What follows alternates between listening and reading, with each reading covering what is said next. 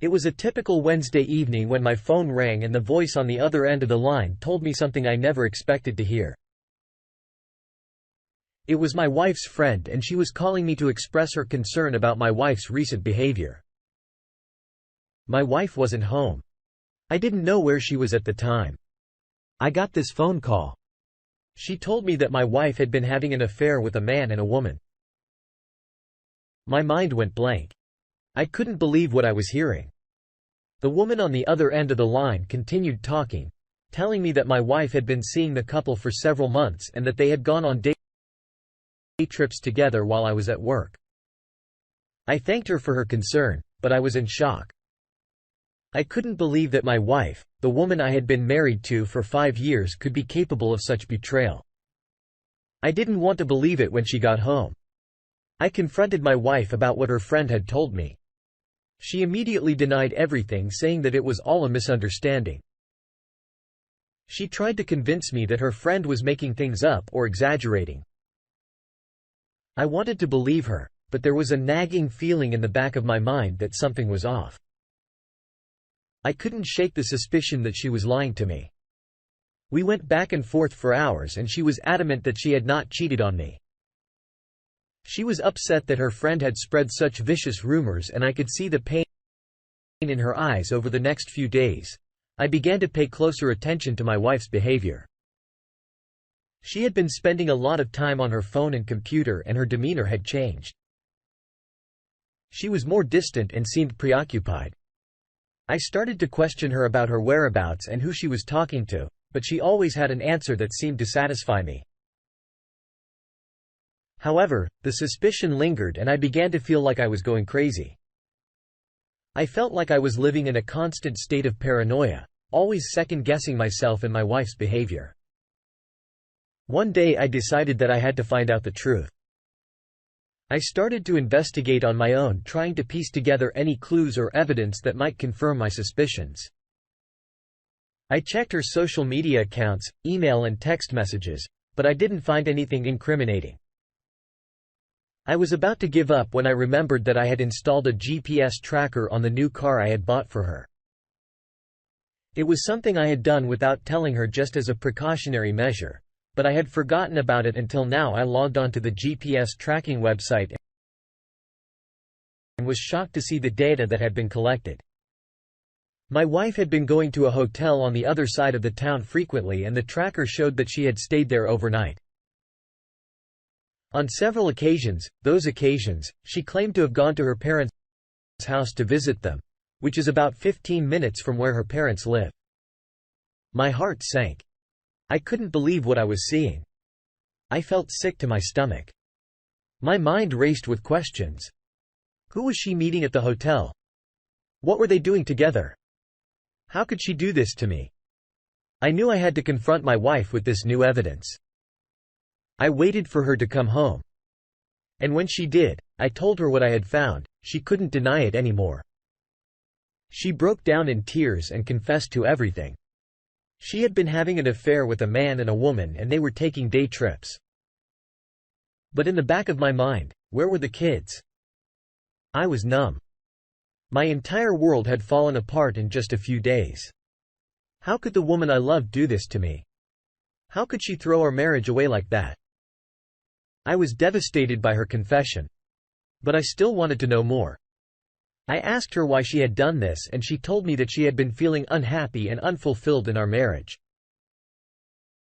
She said that she had been looking for something more exciting and fulfilling. And that's when she met the couple. I felt like I had been punched in the gut. How could she say that we had been happier? So, I thought I was angry, hurt and confused. The pain of betrayal was overwhelming. I felt like my entire world had been turned upside down. I couldn't believe that someone I had trusted completely had betrayed me in such a cruel way. I was completely devastated. I had always believed that we had a strong and loving marriage. But now I realized that it was all a lie. I cried myself to sleep every night and struggled to get through each day. My anger towards my wife and the couple she had been cheating with was intense. I wanted to lash out and hurt them the way they had hurt me. I felt like my entire life had been upended and I couldn't understand why my wife had done this to me. I struggled to contain my rage and to find a way to move forward. It was a dark time in my life and I didn't know how I was going to get through it in the days that followed. I knew that I couldn't stay in the marriage any longer. I had to think about what was best for myself and our children. I decided to file for divorce and start the process of separating our lives. It was a difficult decision to make, but I knew that it was the right one. The biggest challenge in the divorce was fighting for custody of our 2 kids. My wife didn't work, so she had a lot of time to devote to them. But I was determined to be the best parent I could be and fight for their well-being.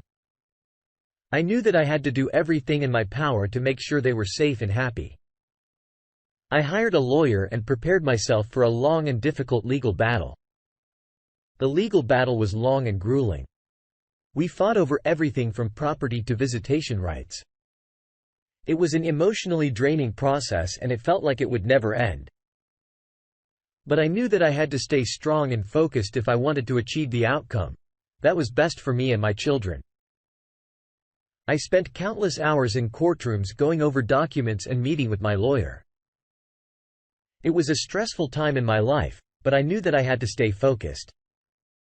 My ex-wife was not awarded any alimony, but when she moved out of our apartment, she did take half of her belongings with her and we ended up with 50-50 custody of the kids throughout the divorce process. I was grateful for the support of my friends. They were there for me when I needed someone to talk to and they helped me to keep my spirits up. Their kindness and empathy were a lifeline. During some of the darkest days of my life, I leaned on them heavily during the legal battle and they never let me down. I realized how important it was to have a support system in place. During difficult times, the impact of the divorce on our kids was tough. They didn't understand why their parents couldn't stay together and it was heartbreaking to see them in pain. I tried to be there for them as much as possible.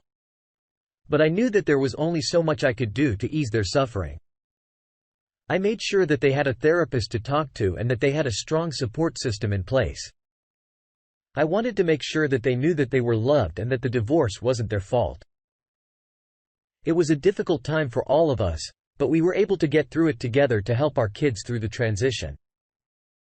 We started family therapy.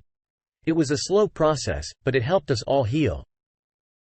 We learned how to communicate more effectively, how to cope with our emotions and how to move forward after the trauma of the divorce. We also learned how to work together as a family and how to support each other through difficult times. Therapy was a game changer for us and it helped us to become stronger as a family. After the divorce was finalized, I had to start a new life. It was scary and uncertain, but I knew I had to move on. I started to focus on building a new career, spending time with friends and finding joy in the little things in life. It wasn't easy, but I knew that it was the only way to move forward.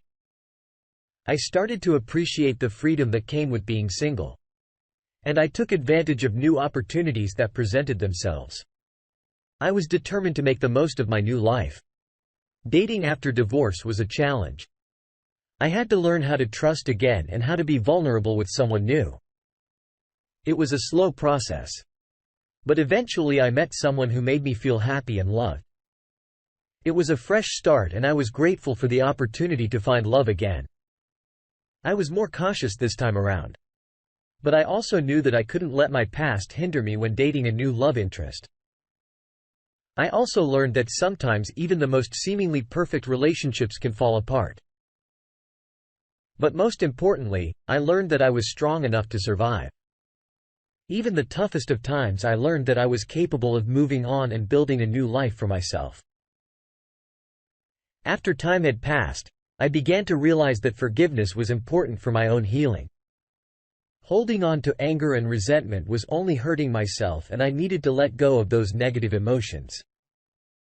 Forgiveness wasn't about letting my ex-wife off the hook or forgetting what she had done, but about releasing myself from the pain and anger that was holding me back.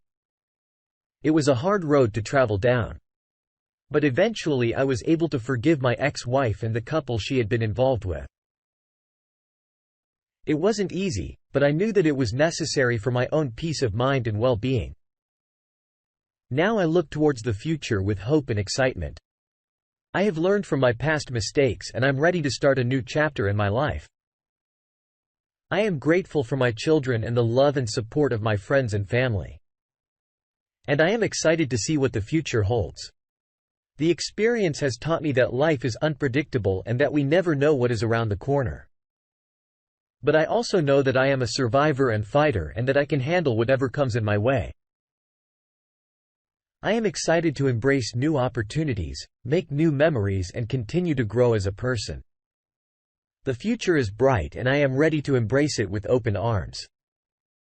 After all this turmoil was over with, my father actually told me I dodged a bullet. I didn't have to pay her any alimony. And I get to still see my kids. My dad said in most cases, even if you are a wonderful father, most of the time the ex-wives end up with full custody of the kids, in my opinion. Yes, he was quite lucky on both fronts. No alimony. And he wasn't married over 10 years to where his pension or any significant financial assets were at